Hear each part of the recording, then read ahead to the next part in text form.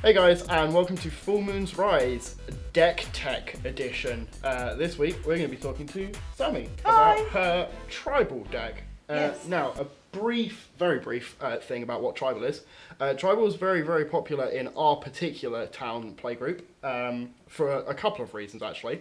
Firstly, tribal, how it works is you have to have 20 spells in your deck. Particularly creatures, although you can use tribal instances, sorceries. Yeah, and tribal enchantments and stuff like that. Enchantments that share a common creature type. Obviously, sort of things like fairies, soldiers, goblins, and all that sort of stuff. It has to be 20 creatures. It's a 60-card deck, and they're the only rules.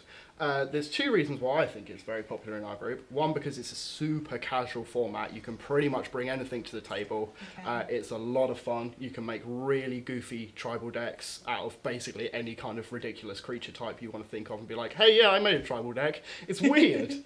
Or you can go down the other route, which is how a lot of people have started playing tribal down there, myself included, is that tribal runs off the legacy banned list, which means it's basically legacy.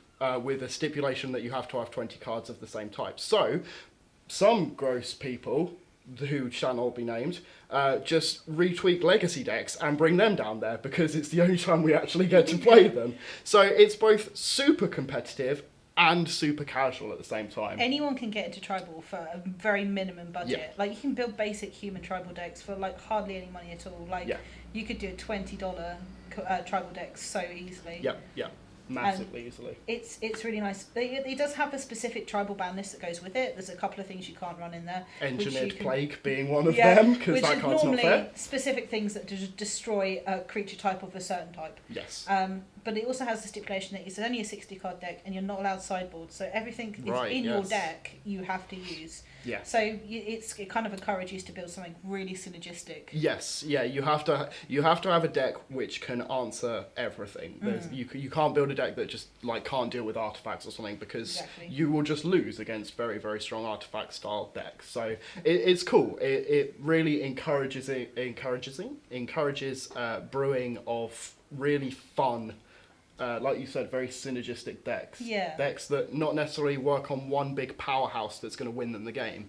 The whole deck itself combines to make like a super powerful thing. It's normally quite a quick format as well. Like, games don't tend to last very long. It's literally all about the creatures on the board. So there's very few kind of like control shells you can do.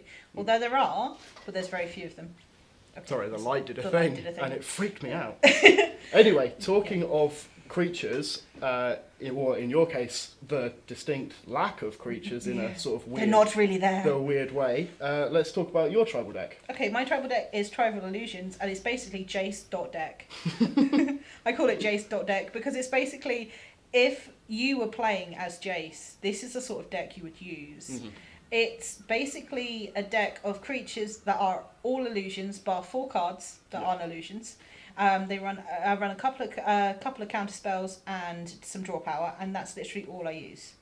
So when you're talking about it, you're talking about cards like Lord of the Unreal, which is my only 4 cards that aren't illusions in the deck. Human Wizard. He's a human wizard, and he's a 2/2 for double blue mana. Which is fine because we're mono blue. So that's fine. And he comes in and he gives all illusions +1/+1 and hexproof.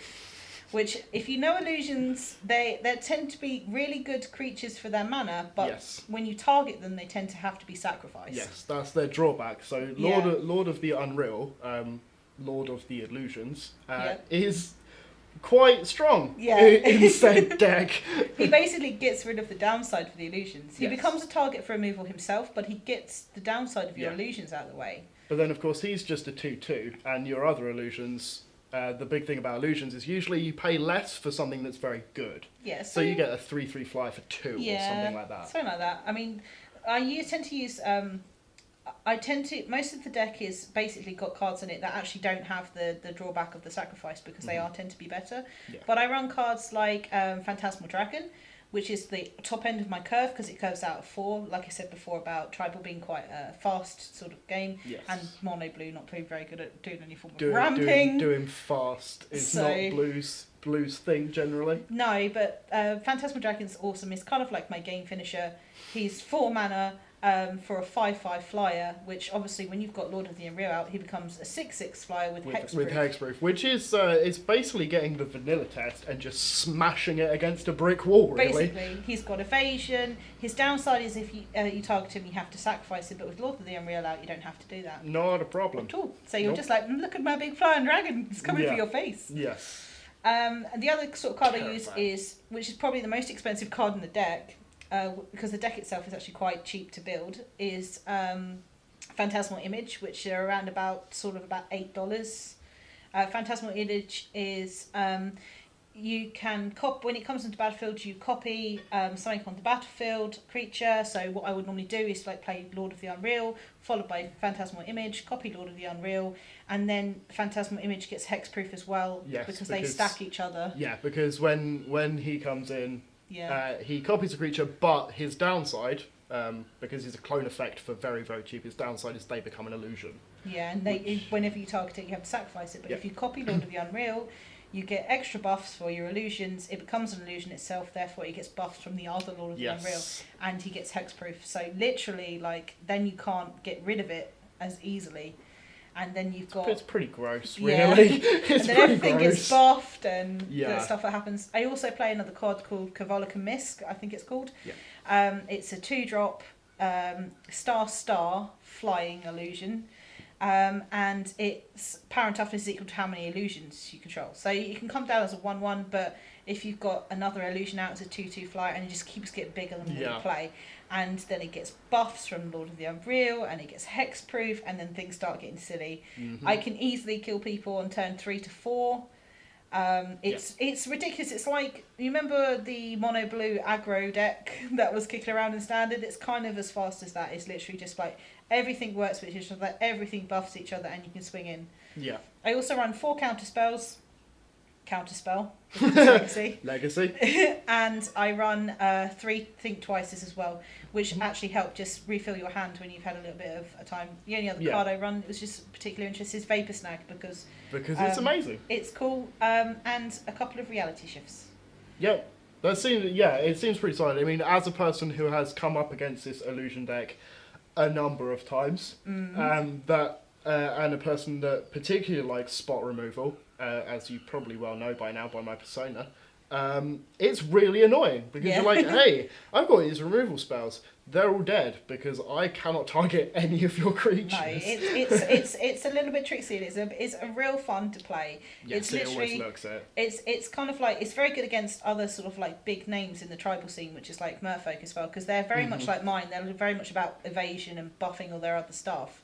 But the problem they have is flyers. So with my I use jaces Phantasm as well, the Krovikan Mist, and with the Phantasmal Dragon, you can just be like, so swing in the air. Yeah, exactly. Swing for like a million. Basically. I'm guessing goblins have a little bit of trouble as well. Goblins sometimes do. They're kind of my biggest annoyance though, because if I don't have the hexproof down, they take over. Because all you have to do is ping one of the illusions once and they die. So there's always going to be a downside. They're probably my worst matchup I have. I think goblins may be everyone's worst matchup. Yeah. Actually, well, no, particularly in our playgroup, I tell you the worst matchup is always elves. Elves. The hands down elves.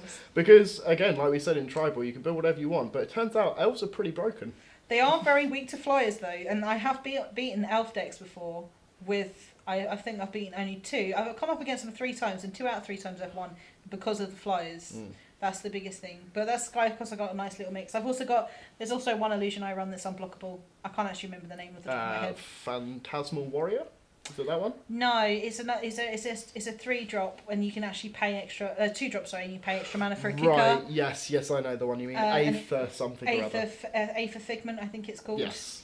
It's Aether Filament. Yeah, something like that. I will probably put a card up on the screen so you can see. It's that one. It's that one. It's that one there. So it's quite good. It's a 2-drop for a 1/1 unblockable. You can kick it for an extra 3 mana on top of what you pay for it. So you pay 5 mana and it's be a 2/2. But it's not multi-kick. You're going to kick it once. But the unblockableness is just amazing. Any form of evasion in it was really good. Just get the extra damage through. Yeah, it does exactly what blue normally does, but just a hell of a lot faster than usual. Yeah, it's weird. It's kind of a weird deck, but it's really nice. You literally do feel like a planeswalker when you play it, because you're just like, I've got all these things. And yeah, it's actually, you can build it relatively cheaply. Like I said, the only thing that's really expensive in it is Phantasmal Image, which is about $8.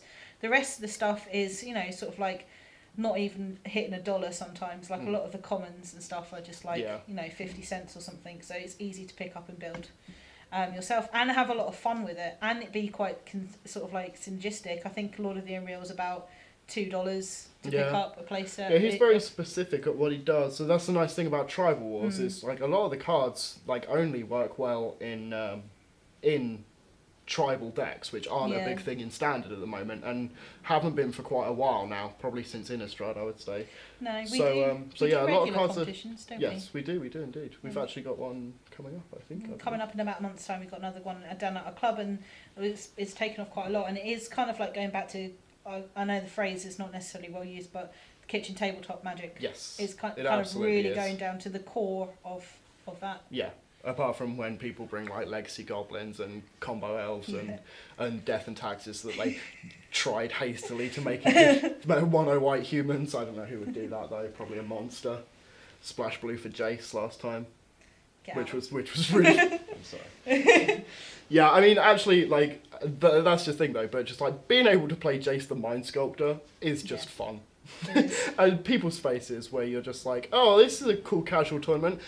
Jason Mind Sculptor, Stoneforge Mystics. Crush their hearts in your hands. Yeah, I do. I don't do super well though. I just have a lot of fun.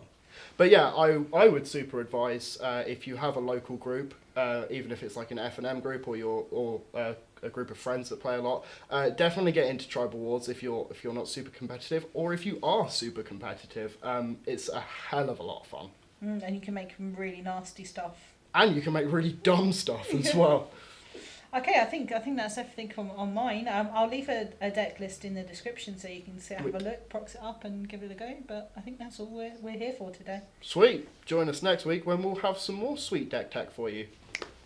Bye!